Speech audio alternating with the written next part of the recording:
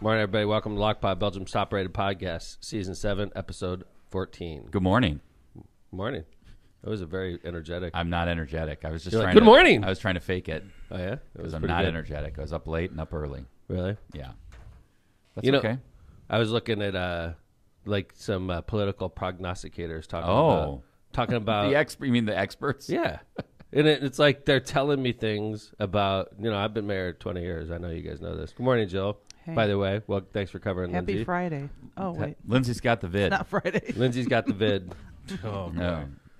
Yes. Yeah. Womp womp. Is she okay? She doing okay? Yeah, she's fine. Good. Yeah, Did she attend a super spreader event? probably. Like 2 weekends ago? Probably. Yeah. Maybe. I mean, 5-6 days later, it hits. I mean, I don't think it's her fault. I don't either. I'm not blaming Who anybody. gave COVID to the bride? I don't know. Talk to the groom. Look around the room. I don't think it was us. I don't No. think so. We're all good. I feel great. I feel great. Wonderful. Of course, I got the antibodies, man. I'm like freaking Superman. Yeah. I think Oh, that's I'm true. Yeah, we got some antibodies Dude, going on. COVID I don't ain't think- no thing to me. I'm It still ain't going. no thing. I'm going to get my COVID ain't no booster. thing. There's a. I haven't gotten it yet. I'm getting my booster. That's the title joke. It ain't no ain't thing. Thang. Thang. Thang. Thang. Thang. All right. See, Kevin's like, COVID ain't no thing. It's no thing. I heard I it's said, still Kevin a, ain't no thing. So many problems in that sentence. it's still a thing though, right? I hear it's like ticking It's up a- again. It's always It a is. Thing or thing. Well, we're all getting ready to go like indoors. a chicken wang. Like a chicken wang. It's chicken wang, right? That's right. So yeah, these political experts, Yes. they're like How did you telling me get that things, title? telling me things about where I've worked for the last 20 years. I'm hearing things I didn't know. Like people from DC. People are like, yeah. Yeah. Like, for instance, Frank Mervan's going to lose. That's what they say to me. Jennifer Green is doing a great job. And I'm like, really? I haven't seen shit for her. I'll be honest with you. Like, there's certain telltale signs that I see when you know, like, somebody's going to do well. I don't see them. I see a shitload of money. Yeah, exactly. A lot of money being spent on TV and YouTube and my phone. All these political experts are like, yes, first congressional district's in play. If you say that to me, I think you're a freaking moron. I'll be honest with you. When you're telling me something, first off, you should be asking me because I've been doing this for 20 years in this area, okay? So you're telling me Frank Mervan's in trouble. Automatically in my brain, it says this guy's a freaking moron because he doesn't know what the hell he's talking about. Frank is going to spank Jennifer with Green. Spank, spank, spank. Whoa, 3 spanks. Spank. 4. Oh, 4. 60-40. I'm being honest. 60-40. I'm not going to say 2-1 anymore. 60-40. Frank wins. 20 points, probably even by more. Usually you feel something, right? And especially like you said, we've lived here our whole lives. You've been in politics for the last 20 years. You feel something. Yeah. I don't feel it. I feel nothing. I feel a lot of money, Cook brother money, coming into the first. Yeah, trying to say like, oh, we know She's the region. doing well. She's doing well. Drop $1 million on her. Yeah. She's doing great. She's going to beat Frank. Drop another $1 million. You're full of shit. Frank's going to speak. He's going to easily walk to re-election. And I appreciate you, Cook brothers, helping drive out the vote in the first congressional district because it's really going to help me beat your boy Todd Young. So, like, the first congressional district is going to show up to vote because the Cook brothers have been successful in, leading residents to believe that Frank's in trouble. They're going to show up to represent Frank, and I'm going to get a lot of that vote. Yeah, what I was going to say is that it just galvanizes, I think, Frank's support and Democratic support even more when they think somebody's going to come in here and try to, take an election from a seat that's been very solidly Democrat for so many years. And I think it's it's one of those areas that if you don't know it, you don't know it. And they don't know it. They don't know anything about this one. And then, so I've been watching this, what is it, 538? Yes. So I'm looking at Nate Silver, 538. So like 3 weeks ago, I looked at 538 in my Senate race. Same political experts. Yes. They said I had a 3% chance of winning. Yeah. Wow. I screenshotted it. You know what? Basically, if hell freezes over. But you know why they do that? So that like when you win, they say that. Well, I said he had a 3% chance. Yep. Right. It wasn't a 0. it's like one of those once in a century floods. Yeah, exactly. But no, and it keeps coming every Dude, year. So no, this is the funny part. So I have a 3% chance. Let's say it's a month ago, right? Sure. I looked the other day. I have a 1% chance now. It got worse. What the fuck? They're still saying you could win. No, it's going backwards. By most accounts. I mean, like if measuring it like by engagement in the community, the number of emails and phone calls we're getting, fundraising, you would think I'm kicking ass right now. We just did a $470,000 quarter. Yeah, That's like actually a little higher than that now. I'm on pace to raise $2 million a year, and I lost like my minuscule chance that I had Yes, a month it went ago. down. It's like a chance in hell now. Like, What are these people doing donating basically, you money? if hell freezes over, McDermott will beat Young. According to them. According to them. The You know political why experts. I love that? Because 538 was the same group or Yes, dude yes. that gave Trump Right. a 1% chance. Was it one of- or I thought it was a of little more winning. than that. I don't know. It was Either low. way, It was low. Right. And look how that he gave Hillary like a 99% chance. Well, of then winning. and then he said something like, "Well, I said it wasn't 100%." What a loser. I just think it's. Yeah. I think it you know it's telling me a lot because I actually, John, I like to look at that stuff, right? Like Yeah. Nate Silver, 538. I Fuck enjoy that looking guy. at it, Fuck. and I think this race has He's told an me. asshole. I don't like him. This I don't race- look at him like this- I lost 2%, and you're like Right. defending him. No, Thanks. well, have I Senior finished my advisor thought? to Have McDermott for I Indiana. finished my thought? Thank Yeah, you for but, interrupting like, me, you're- candidate McDermott. What I was going to say is this race in Indiana has proven to me that they're just out in space. That they're sitting somewhere in New York City Yeah. with just like these models that mean nothing about what's going on. It goes exactly to your point. So I went there backwards. you go. I Thank went you. backwards by this guy. I was Despite defending you, the not latest them. poll. Despite the latest poll, you went Yeah, backwards. we've had 2 polls released in the last month. One by an independent source, the other one we did. By the way, do you think when I'm spend $20,000 on a poll, we're cheating? Like, yeah, give me the results I want. It's not Donald Trump like on election night, okay? This is like I want to know what the freaking results Because are. we want to be able to see, is our message working? How do Right. we tailor our message? How do we make sure we're good before Election Day? It's not just people may not understand about polls. It's not just like, who will you vote for, Tom or Todd?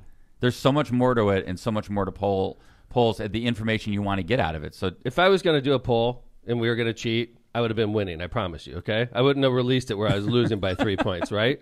Like if we're going to cheat, it would be like, Or like McDermott's even. up by 10. Right? Yeah. Okay. Right. Like so, we did a poll. I was down by 3 in that poll. It was 45-42. Abdul, who's a Republican radio personality out of Indianapolis market, does a poll through ARW Strategies. Has it at 39-37, which is fairly close. I mean, but the spread, Todd Young up by 2, and Abdul's poll that was done last week, my poll had me down by 3, done about a month ago. I think both these polls are accurate. Well, I think the interesting thing about it, in another consistent part of both polls, is that it shows that you've consolidated the Democratic base behind you, and he has not done that to the Trump base behind him. He's in the high 70s, maybe up to 80, where he's consolidated that vote, and you're in the high 90s on the Democratic vote. So it tells me that, MAGA Republicans or Trump voters haven't congealed around Todd Young. They don't like him. They don't think he's right enough. Yeah, 17% undecided. Libertarian getting 6% of the vote. Which, by the way, is a story in itself. I What's think that? the Libertarians are already getting 6%. Well, if that turns out that way, it's only going to go up from there. I hope so. 17% of the voters still undecided. The thing about both polls that was consistent is I had 95% Democratic support in my poll, and I had similar numbers with this poll. Like Democrats are strongly behind me.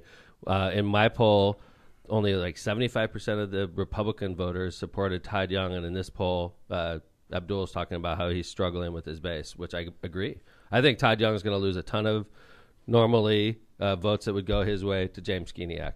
Who's, by the way, Skiniak is the Libertarian. He's the conservative of this race. He is, because Todd Young voted for $16 trillion to be added to the national debt. You can't really call yourself a conservative when you've contributed, during his 12 years in Congress, half of our national debt he's voted yes on. Did you know that, John? Yes. Isn't that And crazy? I'd love to jump in as your token Republican here. Thank you. Todd Young has given us no reason to vote for him. Mm-hmm. He's signing his name on gun control bills. Like you said, the deficit he's voting for. This is not conservative stuff. And this ties into the Jennifer Ruth Green thing, too. If I was her, I'd be so pissed because a couple months ago, you're hearing everyone say, oh, the red wave's coming. It's coming. Nothing can stop it. And the GOP has fumbled the ball in so many ways that if I was her, I'd be super pissed. And Jennifer, I wish you the absolute best, trust me. But things like on a state level, even on a national level, state level, the GOP raises the gas tax, Indiana gas tax, at the height of inflation in the summer. And doesn't This cut is it. this is stuff that Republicans are like, I'm not going out to vote, or I'm voting Libertarian. I'm done with this. So good luck, Jennifer. I'm glad we let you talk. Yeah. I think it's interesting, right? Because, I mean, you go back to, John, you go back to March or like February, and it was like, this is going to be a red wave. Oh, Inflation, man. Biden's terrible, nobody likes him. And here we are. I mean, just goes to show you why election years are interesting, why election years can be really, surprising. And I think we're seeing exactly what's happening. And the surprise this year was Dobbs. No doubt about it. Yeah. I keep getting asked. It's funny. Like when you ask me, I'm very clear about what it was. There's no doubt in my mind. It was the day Dobbs was leaked. It was the day Roe was overturned. And then it was the day SB1 was passed in Indiana. Those are big moments in my campaign. My campaign ratcheted up each time one of those events happened. And you saw it in fundraising too, for sure. You saw it in fundraising. You saw it in energy. You saw it in people on the road. And now I know, and like I said, you've heard me say it 20 times, Kevin. I know when I beat Todd Young on November 8th, I know why I beat Todd Young. It was because of the power of women and women banding together and voting for me and trusting that when I get to the U.S. Senate, I'm going to represent them well. And I will. No doubt about it. I'm putting a W behind my name. Yeah, I don't know, John. Instead of D, Indiana, it's W, Indiana. I like that. It's true. Like, I know why I'm there. I got elected by women, Republicans and Democrats. So, like, you think I'm going to turn my back on the people who got me elected? You're absolutely insane. I don't care who's asking me. Like, think about it. Chuck Schumer didn't do shit to get me elected, right? Joe Biden didn't do shit to get me elected. Hoosier women got me elected. So when I go to Washington, D.C., the only people I'm beholden to are Hoosiers and Hoosier women in particular. Fact. I mean, I don't, obviously I'm a team player, but the number one priority for me is representing Hoosiers and Hoosier women because that's who got me elected. And I owe no special favors. And I have heard you say that on the trail over and over again. I think it's pretty clear, and I think it's good to hear. Todd Young's boss is, who knows who? I mean, he's all Mitch McConnell. He's got lots of them. Mitch McConnell, his mega donors that give him millions of dollars, pharmaceutical companies, the utilities, the gas companies gouging us. John was just talking earlier about the gas taxes in Indiana. Todd Young's raking in hundreds of thousands of dollars every year from gas companies. I mean, it's disgusting. Yeah, I think it's interesting. That's go ahead, why he John. doesn't say a word. And I get that he's, U.S. Senate, but he could at least voice something to state reps saying, what the hell, guys? What is going on here? I would.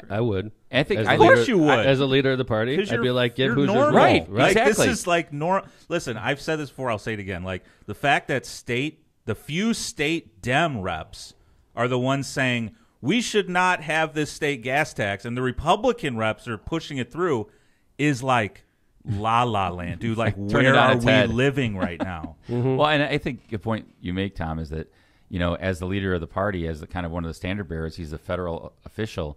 He should be saying to the governor and to the state reps, like, what are you doing? For sure. Mm-hmm. What are you doing? Where is he?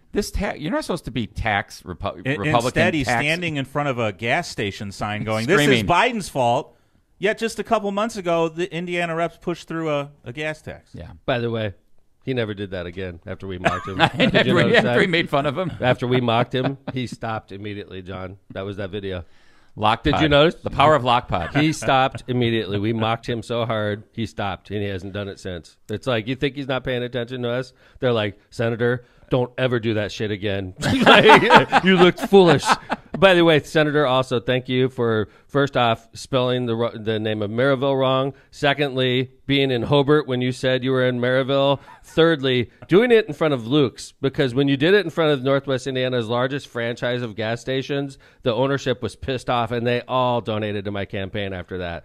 So 3 mistakes by Senator Young on one stupid ad, and now he no longer does them again. So, wow.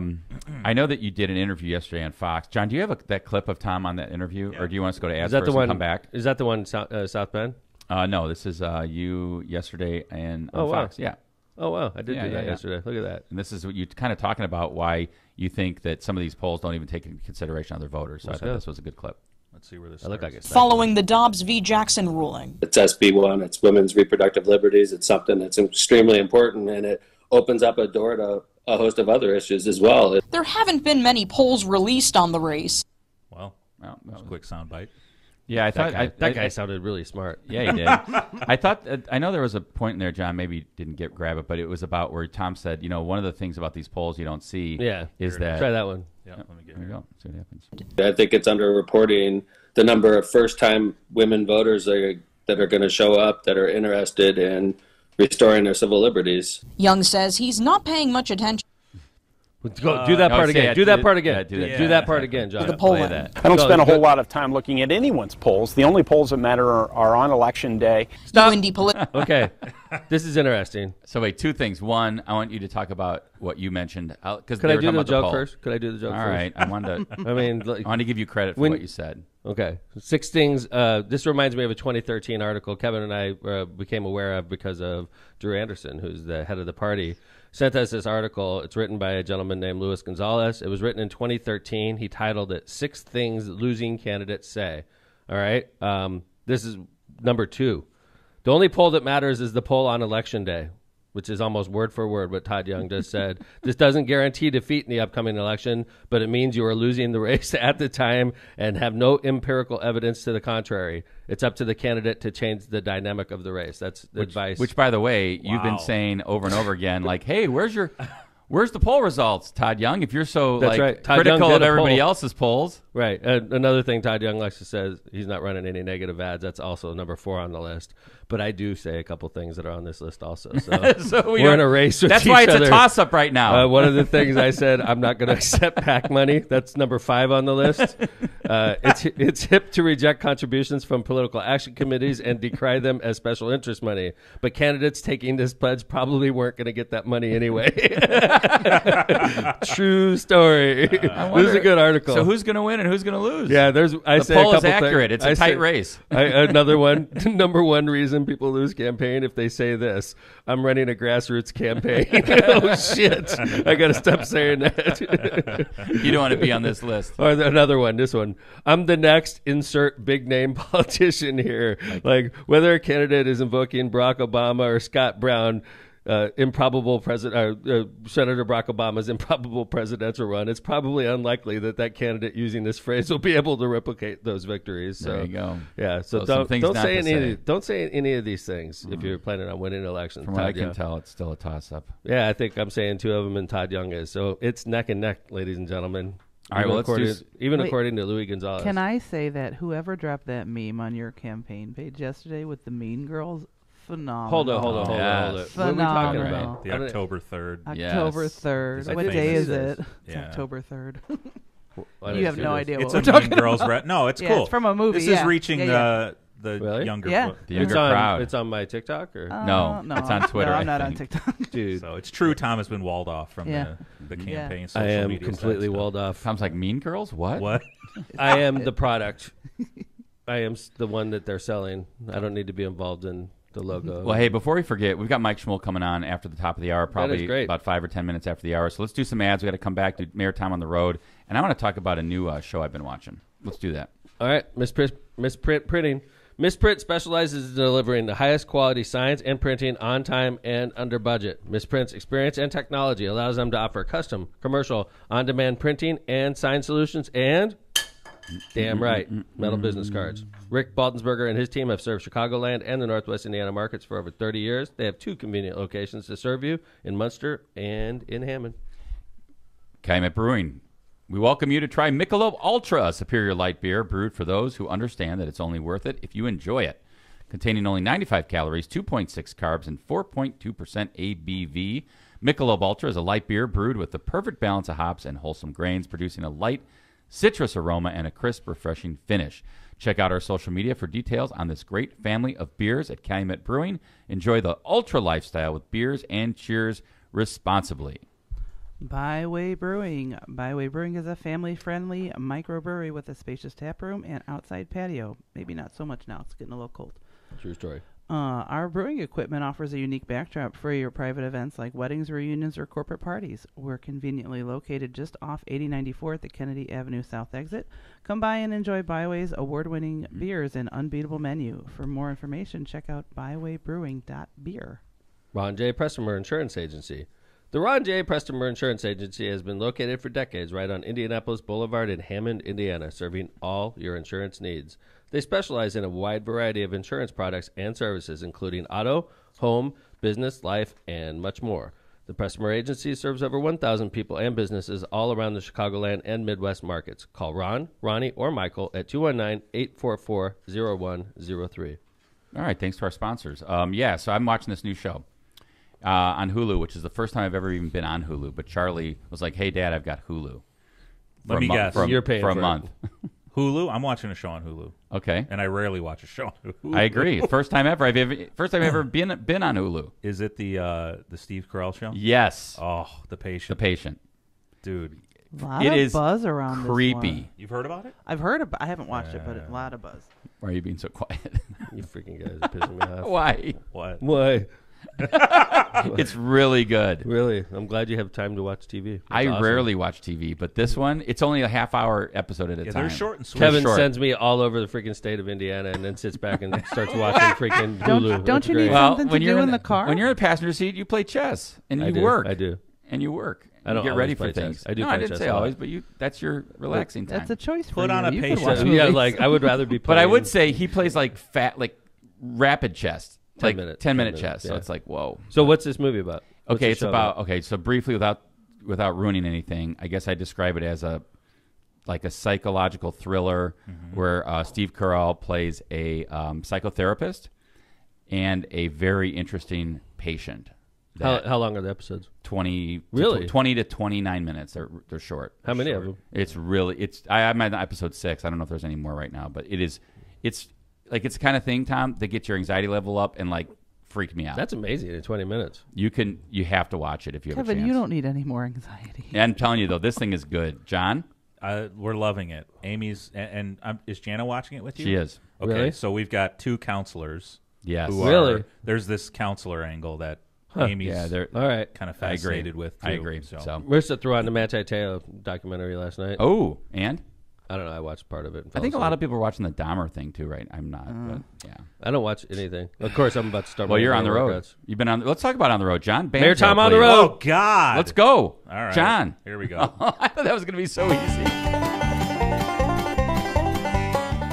That's you in the car, just hopping along.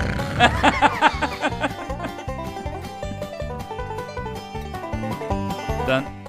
All right. I like those banjos. It's It great. makes me happy. That's been a great addition to as the season 7. I think. It has. You know, The 2 sounds we've chosen are solid.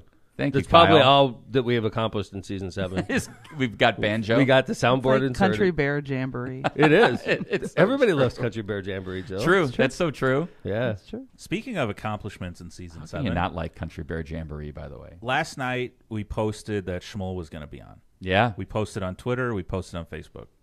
Took off on Twitter. Yeah. Nothing on Facebook. Dude. Oh, that's So a it got me thinking. shocker. We should Facebook's try and de- go live on Twitter too. Like, Oh. Can we do that? let's do YouTube and Twitter and I see love what it. happens. We can go live on Twitter. Yes. Oh, We can have our whole show on Twitter? Yes. What the hell are we doing? that's I for shouldn't season have said 10. anything. What the hell? Yeah, we could go live on Twitter. I don't know these things. I was Yeah. thinking of going live on TikTok. We have tons of followers on TikTok. We could do that Right? too. I think. I think Facebook, people are just... Aren't dying. TikToks supposed to be short though? Short form. Yeah. We won't be able to. You could go on Twitter live. I've only heard Twitter. Twitter I'm audio too old live, for John. I Twitter. didn't know. I've done some news stuff on Twitter audio Yeah, you can listening go live on but- Twitter. Wow, that's great. But Didn't it used to be because of called the Periscope. the viralness of that tweet and it doing nothing on Facebook, I was like, why are we on Facebook? When I guys? post stuff on Facebook from political, nothing. I get Doesn't get nothing. as much traction. I don't get anymore. anything. When I post it on Twitter, takes off on Facebook fire. is dead. I agree. It's dead. I think it's dying. dead. I think Dying. it's dead too. Yeah. I can't stand it. I really can't stand it. And I worked real hard. I have 15,000 followers on Facebook, and I couldn't hardly stand Facebook anymore. Yeah. Well, let's talk about Tom on the road Yeah. because I want to make sure. Okay. All right. We So went from Tom And on the road to Twitter and Schmuhl is standing by. Good. also Well, we'll get him on whenever it. we're We'll let's get get him it on going. in This is about a 10 quick on the minutes. road. This is a quick on the road. But They're quick. It was a lot. there's a lot. It was the end of the quarter, so it was very busy last 3 days. The quarter ended on Friday, which is a big deal to a lot of people. Not necessarily to me, but my campaign team was making sure I was working. Well, Kevin was watching Hulu. I was busting my ass to try to. I'm just messing, Kevin. But so we had 2 fundraisers on the last day of the quarter in Indianapolis. Yeah. I had one at 18th Street, Indianapolis, by the way, Which is really cool. It was really cool, and a lot of people were asking me. They didn't realize the 18th Street had a connection in Hammond. By the Wow. way. Yeah. If the anything, indie like, people, Hammond's indie like people the- are like, why is 18th Street on like 10th Street or in Indy or whatever street it's on? They're like, this isn't on 18th Street. Why'd they call it 18th Street? It's like, well, it came from There's Chicago. actually one on Oakdale. It isn't on 18th Street either. Right. Yeah. But so. it came from Chicago. That's where they Absolutely came from. right. Yeah, where Drew grew up. But Right. very cool. So Joe Smith, the excellent attorney from Faegre Baker and Dan, Faegre Drinker now, what they call themselves. Keith Cheney, who's a dear friend of mine. Tom Dockich, Steve Henshaw, amongst others, threw together a quick fundraiser for me at 18th Street. It was very informal. I didn't even give a speech at this one. Thank you to Drew Fox and Kat for helping us on short Yeah, it was notice down great. there. I didn't even give a speech. I was just meeting with people at this one, Mm-hmm. and we raised a lot of money though, which was nice. That's great. And then I bounced out of there and then went to a lady named Reen Doby, and I didn't know her, and her house is close to the governor's house.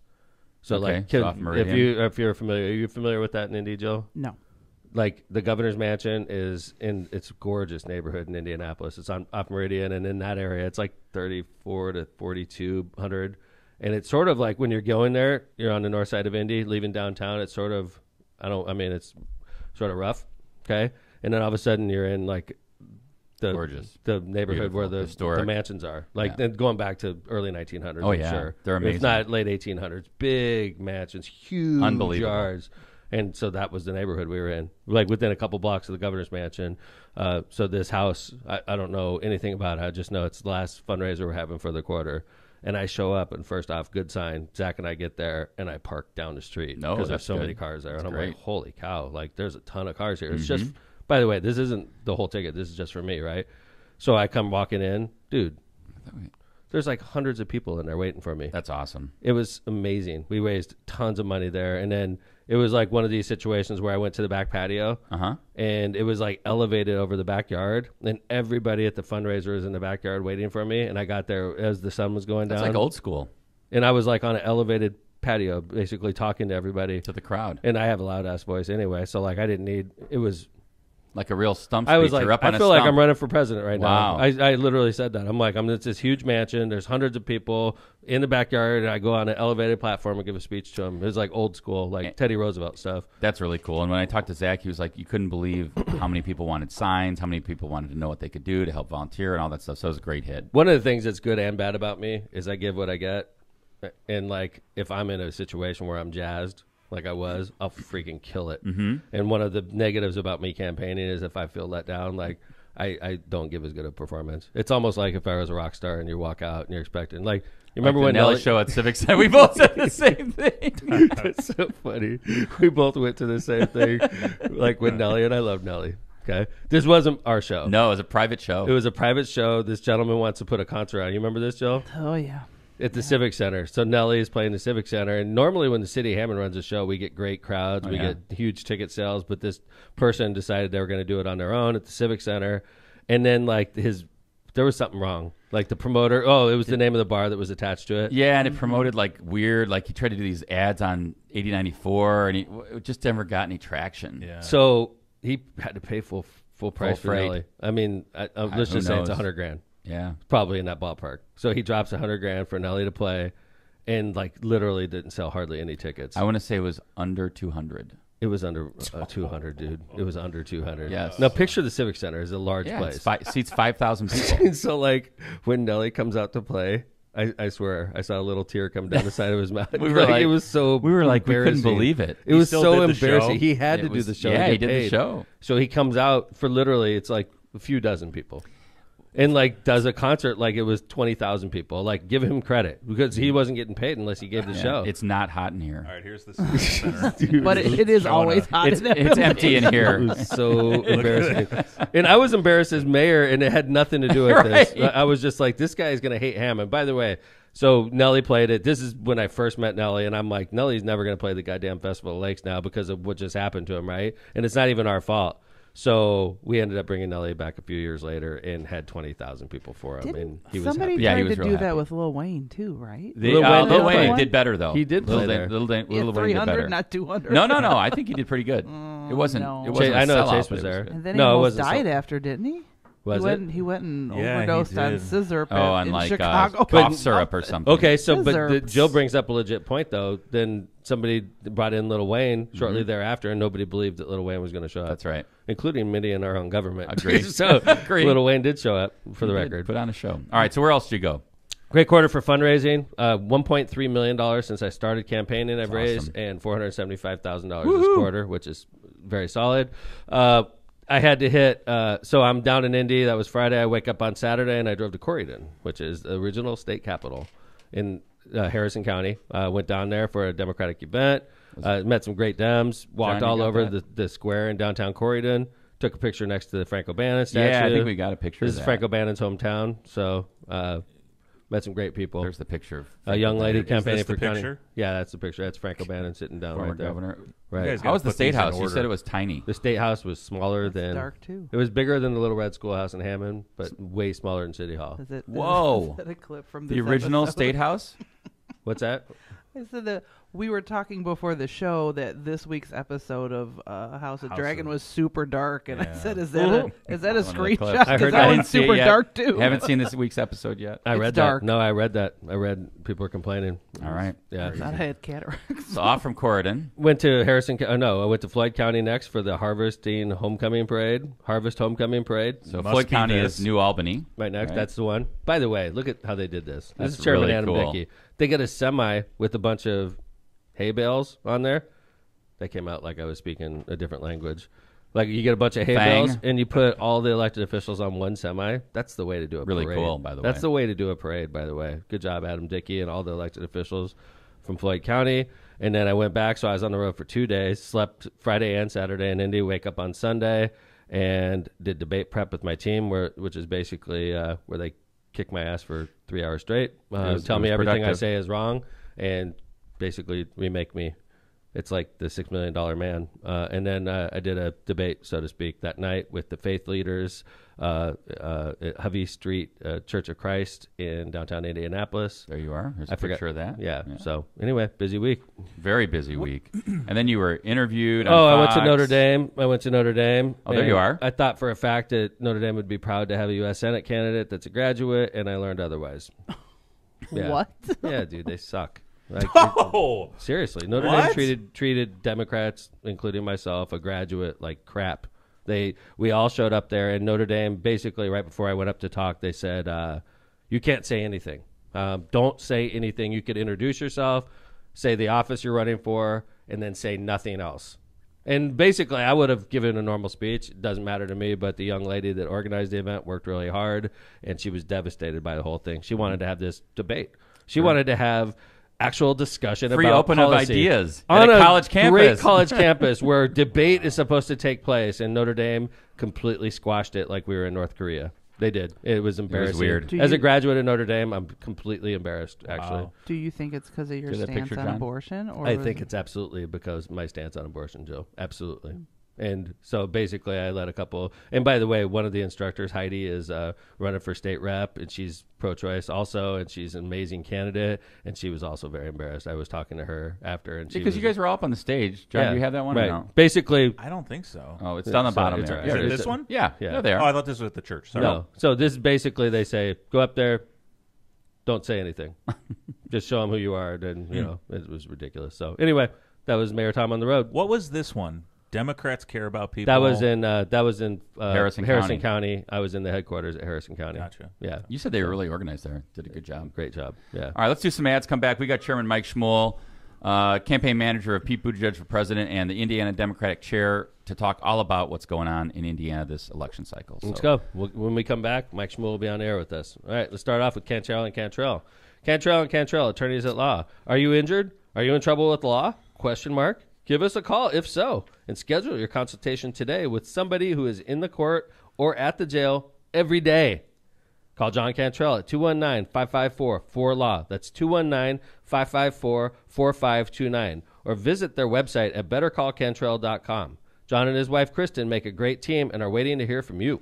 Tortillas Nuevo Leon is the gold standard in Mexican cuisine throughout the Midwest. Look for Tortillas Nuevo Leon's popular red and white label at your local grocery store and enjoy quality Mexican products made with local expertise. Tortillas Nuevo León, hechas con amor, para ti y tu familia de todo corazón. Tortillas Nuevo León, hechas con amor, para ti y tu familia de todo corazón. Tri Electronics wants to be your complete communications provider. Tri Electronics has been a leader in this industry for more than 55 years. We're dedicated to assisting our clients with their systems integration needs. Tri Electronics has the expertise and experience to provide superior results for a wide variety of projects. For more information, call Tri Electronics today at 1-800-722-6793.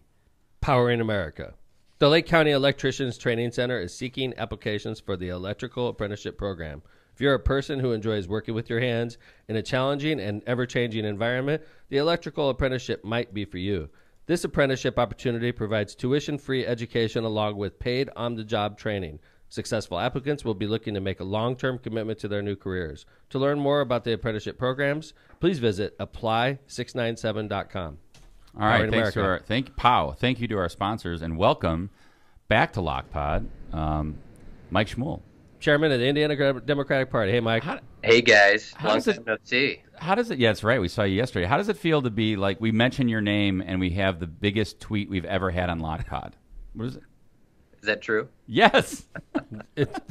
It's either you're super cool or we're not that active on Twitter. It's one of those two. Did you guys spell my name right? It could be the other Mike Schmuhl. Yeah. SCHMUHL. MUHL? Yeah. That's Damn, right. I spelled it wrong Thank on you. mine. My bad. How you doing, Mike? I'm good. How are you guys? Good. Thanks for the tips yesterday. We were meeting with the chairman, talking about some issues that he learned on the campaign trail, trying to give me great advice, and I appreciated it a lot. He's been to a couple debates here and there, I bet, right? I mean, I have. Back when we had, 2 nights, 10 people on a stage, pretty crazy. They had to get a camera. I mean, you missed the presidential campaign. I mean, I'm sure it was super challenging and tough, and then when it's over, you just don't know what to do with yourself, right? Oh, it was surreal. I mean, I started the campaign with Pete, obviously, and Liz Smith was very involved in that. She just had a book come out, actually. Bestseller. Which is fantastic, Any Given Tuesday. But then we grew to be 600 people all across the country, which is just incredible. And I look back, and I don't know if we mentioned this on a previous Lock Pod, but Pete dropped out March 1st. We endorsed Biden March 2nd. March 3rd was Super Tuesday. And then 10 days later was COVID. Global. Wow, that's crazy. So we go from having a huge staff, huge team, we're working on all cylinders, right, to just like the world. I don't know if you did mention that on a previous show. I don't remember that. No, that's interesting. I don't remember putting it together like that. That's crazy. It was just surreal for me and the team. Yeah, absolutely. So, Mike, when you were on the campaign, when did you guys know it was? I mean, obviously you had a great candidate. You knew that all along. But sometimes great candidates don't catch fire, right? When was that moment? I think we talked about this before, but there's a totally different audience now. When did you guys, in your opinion, when did Pete's campaign just totally catch on fire and go viral? I think the big moment was the town hall on CNN. I remember that. Yes. March 10th, 2019. So CNN offered 3 candidates, and it shows you where the primary was back then. John Delaney. Wow. Was Who's that? Tulsi Gabbard, Right. who was a congresswoman from Hawaii, and then Pete. And it was South by Southwest down in Austin, Texas. Oh. And that I remember his quote, "Porn star presidency." That's the one. Yeah. Right? And that was really the moment where we really just kind of got lift off. People just were like, this guy's unbelievable. Who is this guy? Yeah. he And took off from CNN, a producer came back to me backstage at South by Southwest, which is a super cool, venue and historic. And he's just like, hey, look at this. And he had a iPad or a tablet, and it was the first 2 hours of their programming. And then it was Pete on the air for a full hour. And the engagement online was just like that. Wow. So how do you measure? Do you measure statistics like that by campaign donations? Is that how you could tell? I mean, you guys just blew up overnight through Act Blue kind of thing? Pretty much, yeah. And, back then the DNC had a threshold. It was 65,000 donors, unique donors, to make the debate stage. I remember that. This is before all the debates. The debate started, I think, in June of 19. So this is a few months before. And back then we're like, holy smokes, like 65,000 donors, Mayor South Bend. 65,000 people aren't coming to the golf outing, Yeah. Right. And so, but what we did is that moment, I think we hit 65,000 unique donors in 24 hours. Oh my That goodness. is unbelievable. So that's when you know, right? Something clicked with the was American like that. people Yeah. at that Yeah. time. How many debates did Pete do on stage with like the top candidates? I remember they kept on cutting it, right? And cutting it down. Yeah. And then the other thing back then was it was a raffle too. So they'd have a raffle because if there are 22 or so folks or 15 folks who were qualifying for the debates, they'd do a raffle for your night. and then they'd kind of bucket you in that way, and then they would seat you on the stage by how you were doing in polling, essentially. Interesting. So typically Bernie, Bernie, Biden, Warren, Klobuchar, Pete, those were the folks who were kind of in the center for most of the debates. Yeah. Wow. That's really crazy. Cool. That's awesome. And it's great to have, like, you know what I mean? I think we've talked about this, and having Mike as Democratic chairman in Indiana with that kind of experience only helps Indiana Democrats. Right. So when Mike calls and says, hey, I want to do some debate prep with you, you don't blow it off. There you stuff, go. Right? You show up. He's been around. And you guys are like, I'm paying you back. Come on, Lockpot. That's right. That's right. I nailed you down yesterday. you. Since we're here, why don't we talk about Lockpot? You know, one of the things that's happened recently, speaking of just kind of upping Indiana's visibility nationally, especially with Democrats, is you got named, and congrats on this, to the executive committee of the DNC. And so what does that mean, and like how do you think that helps Indiana and Indiana Democrats? Yeah, no, definitely an honor. Did not see that coming, but the last DNC meeting just a few weeks ago was nominated and voted into the DNC Executive Committee, which is super cool. So it's about 65 folks from around the country who serve on this body, and Chairman Jamie Harrison is obviously the chair of the Executive Committee. I think it's a great opportunity, and I think I told the team, it's a testament to their hard work. Like all of our tours, all of our stops. Tom, you've been going to most of those, traveling around the state. I hope that I can use the position to advocate for more kind of rural or red, quote unquote red states on the country, because I think that the Democratic Party can't just be focused on the coasts or big states. Yeah, agree. Totally agree. I think we got to talk to everybody, because I think we have good policies, a good vision for this country, and oftentimes the media echo chamber or prism kind of distorts that, and hopefully they can use some of my ideas, and I can get some from the exec members to help Indiana. Yeah. So, Mr. Chairman, I was telling Kevin before, I don't know if you heard the early part of the show, when I look at these national prognosticators that tell me things about the region I've done business in for 20 years, and they tell me things that are completely inconsistent than everything I know. And then I look and I feel the energy in my campaign, and I look, and then 538 says I have a 1% chance of winning, and it's actually gone down in the last month, which is insane to me, because everything would indicate it's going the other way. What's your advice to a candidate like myself dealing with these issues? Well, I'd say you're certainly not a 1%er. Yeah, this is true. You're a man of the people. I think polls aren't everything necessarily. I don't think money is everything necessarily in a campaign. I think the strongest thing you can have in a campaign is a good message, and to be a good messenger. And I think that you have both of those things. I think that there's a reason why we talked a little bit about this yesterday, why Todd Young hasn't really mentioned you a whole lot on the campaign trail, because I think when people hear about you, your profile, your background, your accomplishments in Hammond, and the way that you're campaigning, I think people gravitate towards that. I think that resonates with people. I think people like that. Mike, Todd Young hasn't mentioned my name once. Yeah. Which, if you would have told me that a year and a half ago, that we'd be in October and he's doing everything he can to avoid saying the words Tom McDermott, I would have filed in a second. The biggest fear anybody has running against a guy with millions of dollars is, I thought, honestly, all summer long in Indianapolis, every TV channel would be turned to Tom McDermott, did this. Tom McDermott's a horrible mayor. It's like, that's in my head what I pictured when I'm running against a guy with millions of dollars. Well, I think what Mike just said, what the chairman just said, is that it bears out. Again, earlier I was talking about polling and how it's not just about will you vote for X or Y. It's about all the other information you get from polling. And what Chairman Mike just said, which is, once Tom's message is out there, and it has been getting out there, you see that people gravitate to it, and we saw that in the polling too. You become a huge winner once that message gets in front of people, and I think that's what's happening. In Indiana. His people are telling him, don't say a word about him. Why not?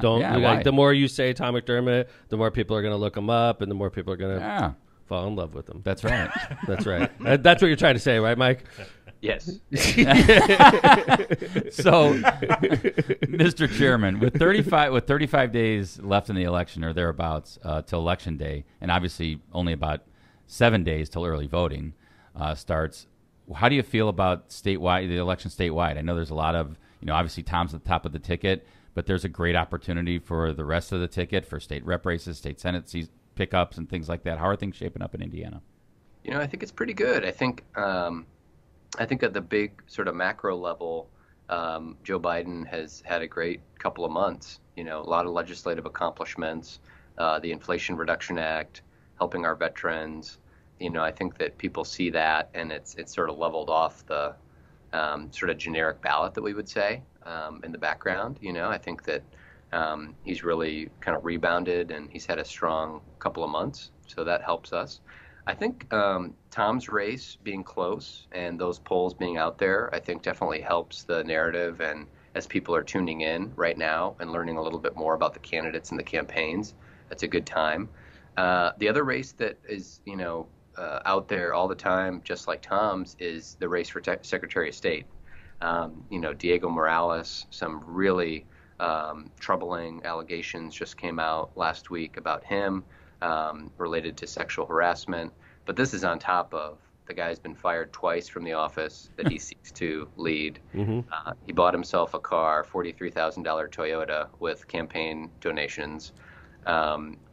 He's misled about his record of service. Now these allegations. Yeah.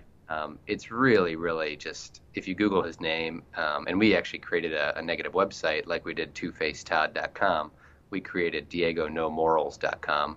DiegoNoMorals.com. So people can check it out. Mm-hmm. But that's a race where, poll just came out yesterday where Destiny has the edge, which I think is great. As I look around the state, and I've talked to journalists about this and other folks, that the suburban areas all around Indiana, but particularly the donut counties of Indianapolis, I think those are areas for competitive terrain for us. No doubt about it, Mike. They controlled the lines. They've tried to move the goalposts back a little bit on us for the second time in a row. But we got great candidates running: Victoria Garcia-Wilburn, Matt McNally, Jen Bentino, Jocelyn Vare. Mm-hmm. Penny Githens is a little bit more south, Monroe and Brown counties. But there's a lot of places where we got people just working their tails off, and they're up against folks who are definitely trying to run away from the issues and just be kind of a generic, trying to be a moderate Republican, but they're really running away from what they see as an extremist Republican Party. I agree with you. And Mike, when I go around, one of the brightest things I see is when I'm meeting candidates from all around the state. And, because we've obviously had a tough decade.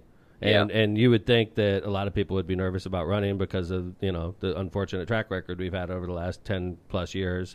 And when I meet our candidates, I'm so impressed, Mike. I mean, I don't care what part of the state I'm in. We are working harder. We're more energized. We have a better message. We're using technology. Like these new candidates with their TikTok, and oh my goodness, I'm learning things on the road, and I'm just excited. I'm telling you, I think we have a great generation of brand new candidates that are going to do very well, Mike. And that reflects on the chairman, obviously. And our statewides, Destiny, Zane, Jessica, and myself, we get along like we see each other, we pick each other up, we hold events for each other.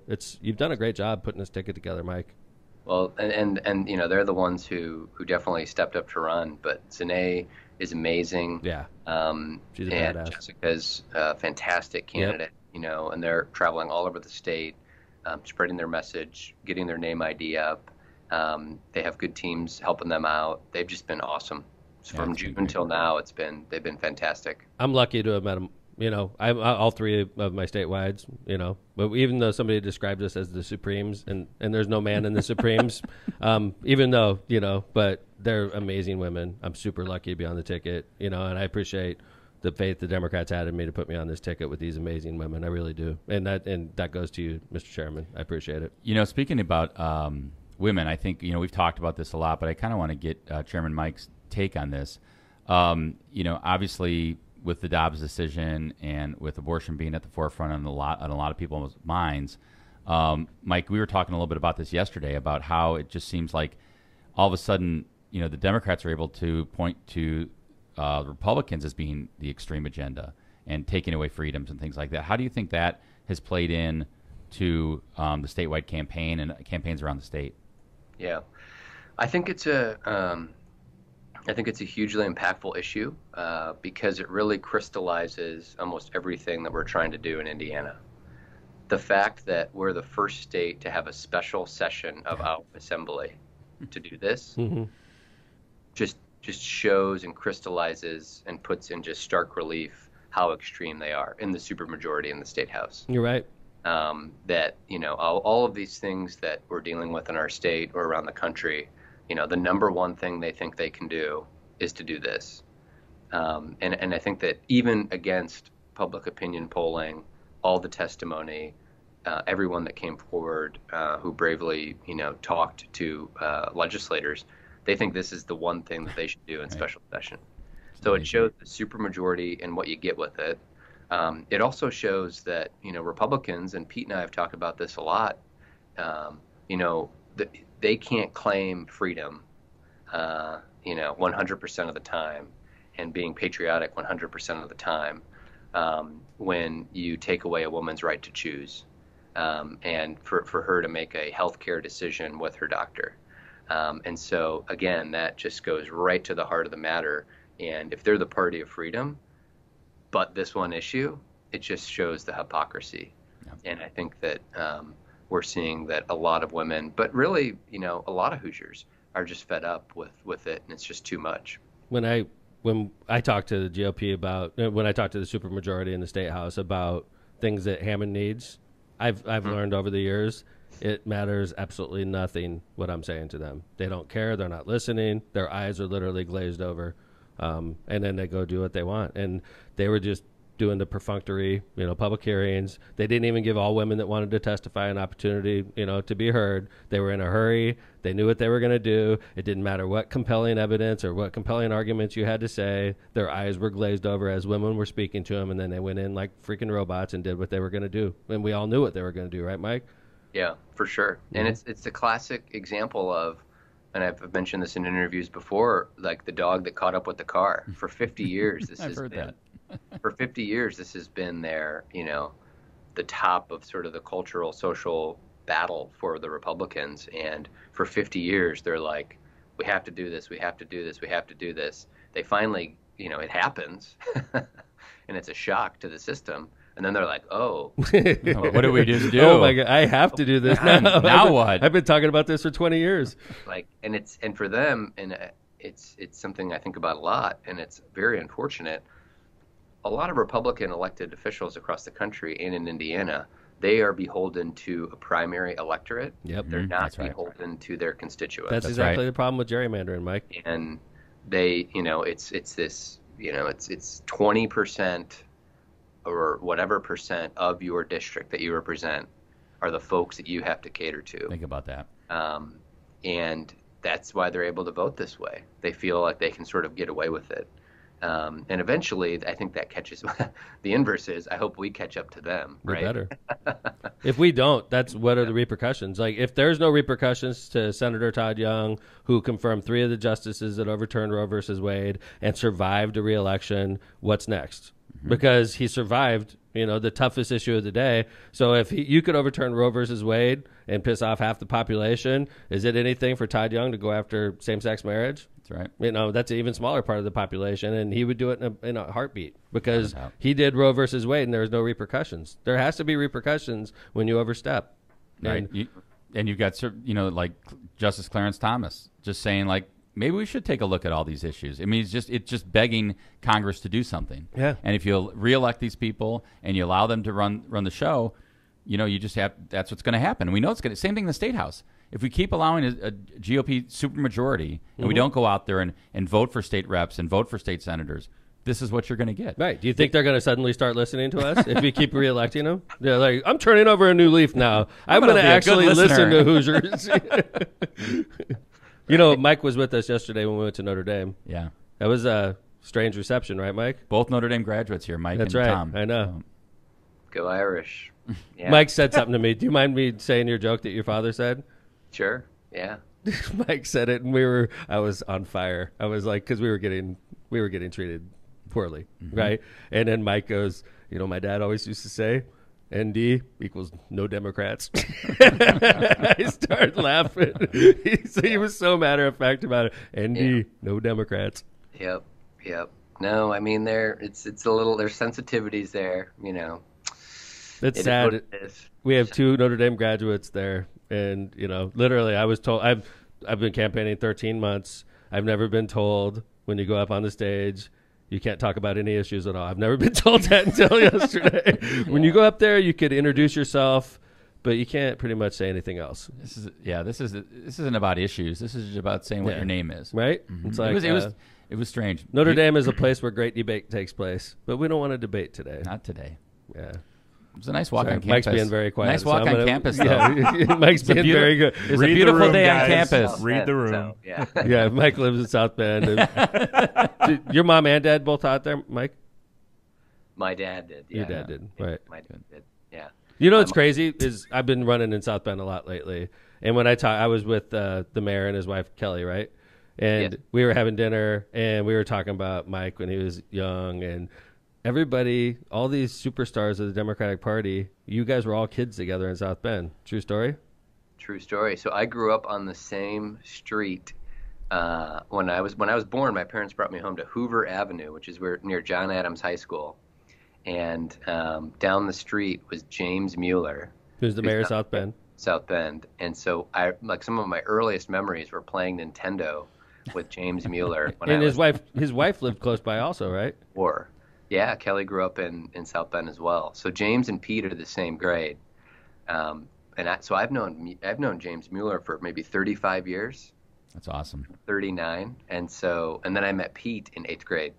Was there anybody else that, part of that little nucleus? Yeah, well, who's coming next, right? Holy cow. I mean, so like the first lady of South Bend, the former mayor of South Bend, the current mayor of South Bend, the Indiana Democratic Party chairman, presidential candidate, presidential candidate, and the chairman of the presidential are all playing Nintendo together in the same hanging street. out in South Bend. Hanging out. I'm going to move my family Playing to Hoover Donkey Avenue like ASAP. Playing Papa Shot. Yeah. That's right. Chase, Lindsay, pack up. We're moving to Hoover Avenue. They're like, I'm 30, Dad. I'm not moving to Hoover Avenue. Well, Mr. Chairman, I just want to thank you again for coming on Lockpot and for making sure we had some Twitter traction. We're going to just start throwing your name in whenever we need to get something pumped up on Twitter for Lockpot. Please do. Yeah, please if we say you're a guest again and you don't know about it, just play along with us, okay?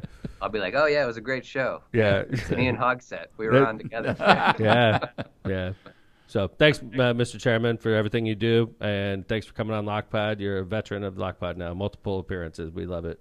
All right, guys. Thanks. Indiana Democratic Party Chairman Mike Schmuhl. Thanks for coming to Lockpod. Wow, great guest. All right, awesome. we did. Always good to have Chairman Mike on.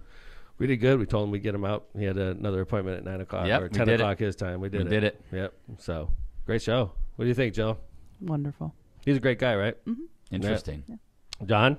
Yeah, it was an awesome show. He said something interesting, that it's not just liberal Indiana voters who are fed up. He said that I think there's a lot of other people fed up too, and I think he's referring to conservatives, and he's right. I think there are conservative voters in Indiana who are just sick of their conservative representatives, quote unquote you, John. Conservative representatives. John, I agree with you. Yeah. One of them is my father. My father can't stand his party right now. He's like up in arms. Even his good friend Joe Allegretti. We talked to Joe, and Joe has nothing good to say about Hoosier Democrats, National Democrats. He's just upset, and he's upset in general because Republicans. Republicans. Excuse me. Right.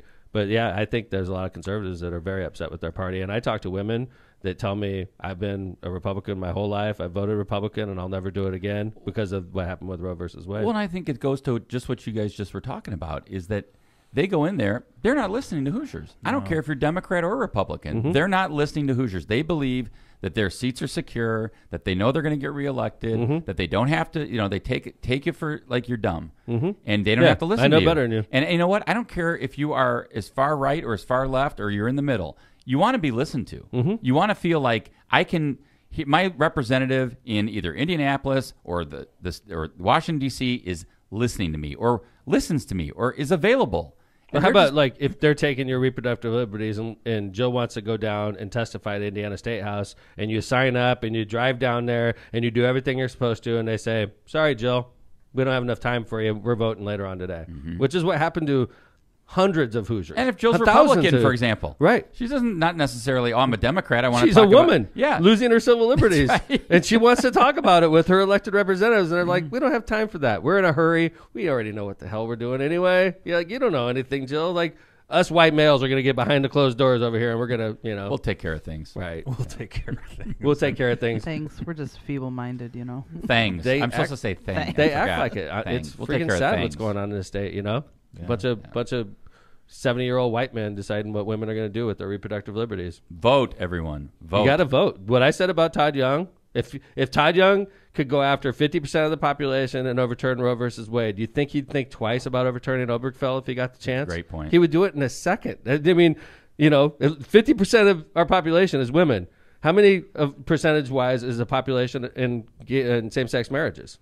Less than 10%. Way less. Do you think they would think twice about going after same-sex marriage? They would do it in a heartbeat. And that's what's on the line. Your rights are on the line on November 8th. Get out and vote. So thanks for listening to LockPod. That's why we're Belgium's top-rated podcast, is because of excellent content like what we just gave you. Right, Johnny? It's great. Great Johnny. show. Here's Johnny. Johnny. That's what I call Johnny Law all the time. Well, Yeah, he's yeah, not ARC. here. I know. I just run him with it. Bez, what's your middle name? Just give me It's Curtis. JCV. JCV. That's I'm going to start running like that. JCV. So like that. say thanks, JCV. Another great show. Yeah, it was We good brought one. in guests. We haven't had 1 second delays in seasons. That's excellent. Seasons. Wait till we go on Twitter. It's all going to just go to hell there. It's just, I like the thought I'm excited about process, that. I think, honestly. yeah. Thanks for filling in, Joe. We appreciate you coming in for the COVID-stricken Notorious LMP. Yeah. Get better, Lynn. The COVID-stricken Notorious LMP. I like that. I like that a lot. Thanks for coming in, Joe. We appreciate it. Imagine, Tom, we go live. I'm just thinking John's about just- this out loud. I just see John. No. The He's gears stressing. the wheels are turning. This is the producer angle. No, think about it. We go live and it appears on Twitter. You can share it to all your You could tweet it out to all your followers. We can tweet it from the love campaign it. Let's page. freaking do it, dude. Come on, Let's John. do Get it it going. next show. Let's try it. All right. And then we'll post something on Facebook that says, hey, we're on Twitter. Can't you do both? Yeah. Yeah, we'll do both. Let's go. Be a competition. Facebook, Next show. Twitter, YouTube. Yes. All the next show. All right. See what Oh, happens. Friday? Boom. You Yeah, could Friday. do that? Okay. I You mean, could do that? I'm gonna try. I think we should focus Not on much to Twitter. do You between stepped now and in then. it. I think gotta- we You should. stepped in it. I think we should focus on Twitter and Facebook Live. All right. Okay? Twitter, and we'll put them head to head. All right. Okay. See what happens. I love it. This is Friday gonna be show. fun. Dun, dun. All We need right. like some. We need. Friday show. We want to prove John, that Facebook. newsflash, We please. want. Oh shit! Oh yeah. shit! Let's go. Okay, here we go. Breaking news on LockPod. Friday's show will be on Twitter. Whoa. Live. Yeah. Tune in. We lost all of our audience already. Yeah. When I start exiting out, Yeah. and then you come up with something great, With yeah. a breaking news item. Yeah, breaking news. You didn't get the breaking news. We'll at see the if it shows up very on end Twitter. Of the show. All right, Friday show, Facebook and Twitter. All right, to close us prove out. Work to to do. prove that our Facebook is worth. dead. Prove Because our if we do mettle. Twitter on our first show and Twitter has way more viewers, Oh, we're done with Facebook. screw immediately. Facebook. So Adios, Mark is, Zuckerberg. Mike Schmuhl back on Friday then? Or? Yes. Yeah, right. Make sure to tweet Well, that I got bad news. Yeah, let's just announce it now. More breaking news. Mike Schmuhl returns. Encore. Friday. Mike Schmuhl Encore this Friday. Mike Schmuhl guest hosts every episode in season 7. That's right. All right. Thanks, Kevin Chandler, for welcome. another great show. And I'm really glad you have enough time to watch a new show. Yeah, it's it's 30 special. minute clip. It's special when I'm working harder than you. It doesn't happen very often. Yeah. We're not. You're working hard. We're all both working hard. I agree. Thank you, though. I appreciate it. You're welcome. I'm not being sarcastic. I know about you're it. not. Thank And you. I appreciate it. Coming from me, your favorite candidate for anything, mayor, senator, congressman, etc. .. That's right. Tom McDermott. Nice to see you guys. The Locomotive here. I will see you on Friday when we're live from Twitter and Facebook. That's exciting. LockPod is out. Thanks, everybody.